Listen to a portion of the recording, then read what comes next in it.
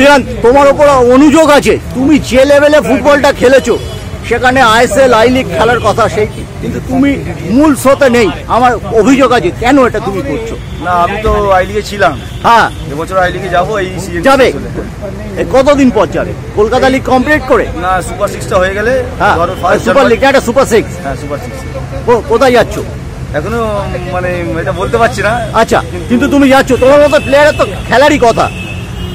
প্রিয়ান্ত, একটা সময় দেখা যাচ্ছে যে ভারতীয় ফুটবলকে শাসন করতো বাংলার গোলকিপাররা, কিন্তু সেই জায়গাটা আর নেই। অ্যাকচুয়ালি দেখো যে এখনো গোলকিপার আছে, গোলকিপার নেই বলে তো নয়, অনেক গোলকিপারই আছে, কিন্তু তাকে টাইম টু টাইম সুযোগ দিতে হয়। যদি প্লেয়াররা সুযোগ না পায় তার পলিশ হবে কী করে, উপরে কী করে আসে?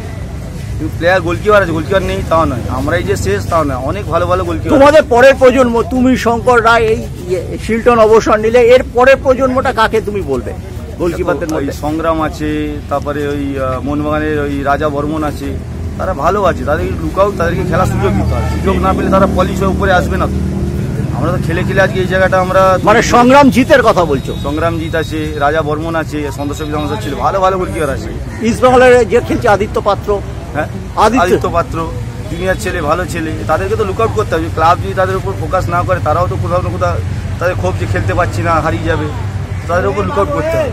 কলকাতা লিগের সুপার সিক্সে মোহনবাগান নেই, মোহামেডান আছে, কিন্তু দারুণ একটা লড়াইয়ের জায়গা দেখছি। ইস্টবেঙ্গল 12 ম্যাচে 34, ভবানীপুর 12 ম্যাচে 31 এবং ডায়মন্ড হারবার 12 ম্যাচে 32। একটা হাড্ডাহাড্ডি লড়াইয়ের জায়গায় আছে। কতটা আশাবাদী তুমি?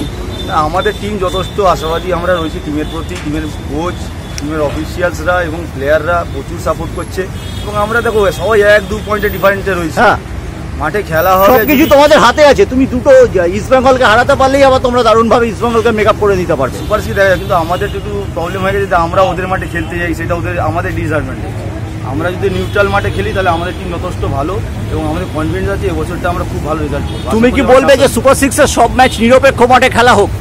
অন্তত মোহনবাগান মোহামেডান মাঠ তো রয়েছে, মানে মোহামেডান মাঠে খেলা হোক, ইস্টবেঙ্গলের মাঠে ইস্টবেঙ্গলের খেলা হোক, মোহামেডান মাঠে এরকম হোক, মোহনবাগান মাঠটাও ইউজ করা হোক, এটাই কি তুমি বলবে? বলে ঘরের মাঠে খেলা হলে তো সবারই ভালো, কারণ যে পাবলিক আসে ফুটবল দেখতে, এনজয় করতে। এখন এখান থেকে যদি কল্যাণী যায়, তাহলে কি মোহামেডান সাপোর্টার এখানে কল্যাণী সবাই যেতে পারবে? তাদের পক্ষেও অসুবিধা। ইস্টবেঙ্গল সাপোর্টারকে এখান থেকে আবার ব্যারাকপুর দেয় কিংবা নৈহাটি দেয়, সেখানে গিয়ে তো অসুবিধা। ওদের মাঠে খেললে ক্রাউডের ভালো, কলকাতা লিগের ভালো, তাদের ফেসিলিটিস বলো, সব কিছুই ভালো, কিন্তু আমরা চাই কলকাতার ময়দানে খেলা ফিরে আসে। প্রিয়ন্ত, অল ইন্ডিয়া সার্কিটে তোমার প্রায় 10 বছর হতে চললো, 1 দশক কম কথা নয়। কি মনে হচ্ছে এবারের আইএসএল এর ফেভারিট কে? দেখো, মোহনবাগান খুব ভালো করছে এবং ইস্টবেঙ্গল এবছর খুব ভালো টিম করেছে।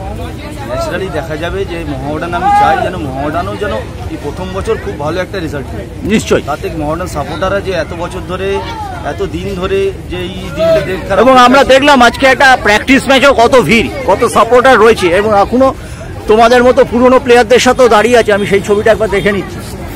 এই যে মোহামেডান সাপোর্টারদের যে আবেগ, তার মূল্য টিম নিশ্চয়ই দিতে পারবে। দেখো, এটাই দারুণ ফাইট ব্যাক করে উঠে এসেছে। দীপেন্দুর মতো একজন টেকনিক্যাল ম্যানেজার রয়েছে, যেটা অন্য টিমে নেই। আইএসএল একমাত্র টিম যেখানে একজন এক্স প্লেয়ার দলের ম্যানেজার হিসেবে কাজ করছে। এটা কি অ্যাডভান্টেজ হতে পারে?